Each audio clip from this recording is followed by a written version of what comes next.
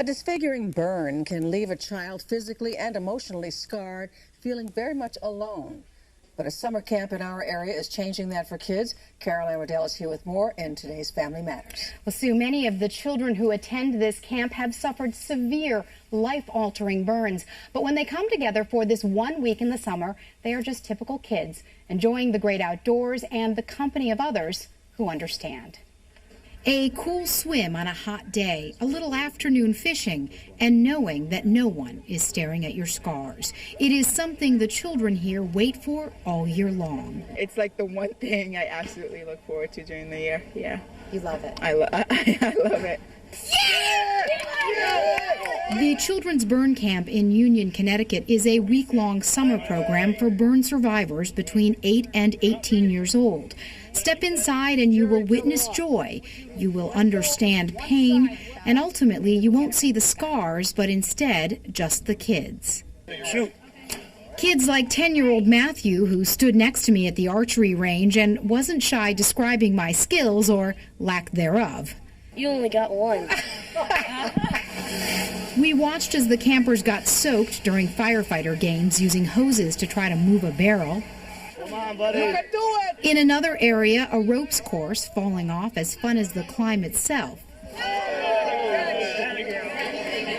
And it wouldn't be camp without a meal in the mess hall. Later, a little downtime in the cabins and manicures to get ready for the evening's big dance. They are long days filled with activity and a rare camaraderie for these children. You don't really think there's anybody else at all. Like, you know there is, but you don't know anybody. And it doesn't feel too good. And it feels very different here? Yes. Completely different.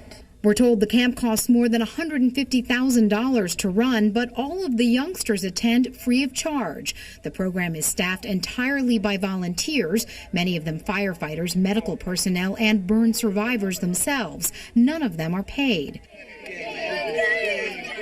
Volunteer Mark Jordan was burned as a child. Now grown up and married, he tries to show the campers there is life after injury. Especially the boys, like, oh, you really can still get a lady?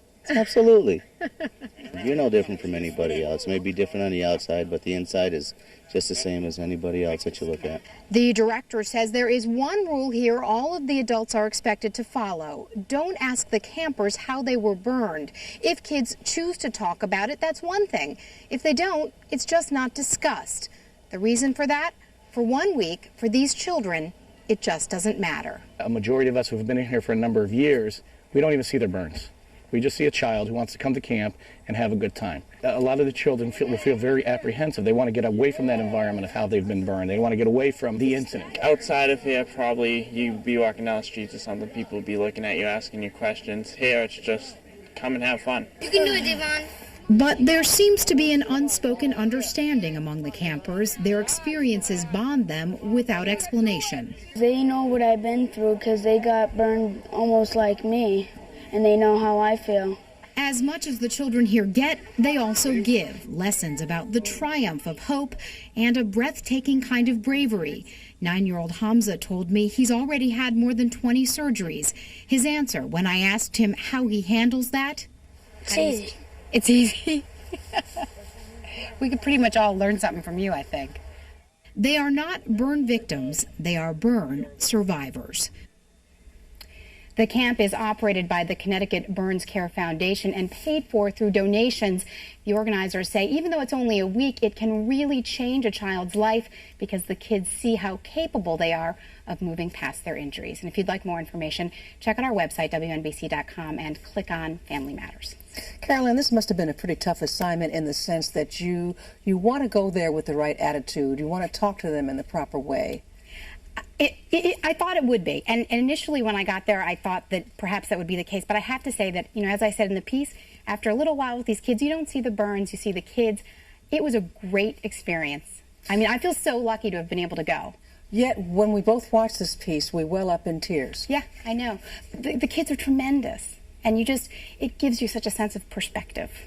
You betcha. And so maybe we all should think about things like that when we react to something we're not used to seeing when we walk in the street. You know, just a starter. That's right. Caroline, thank you.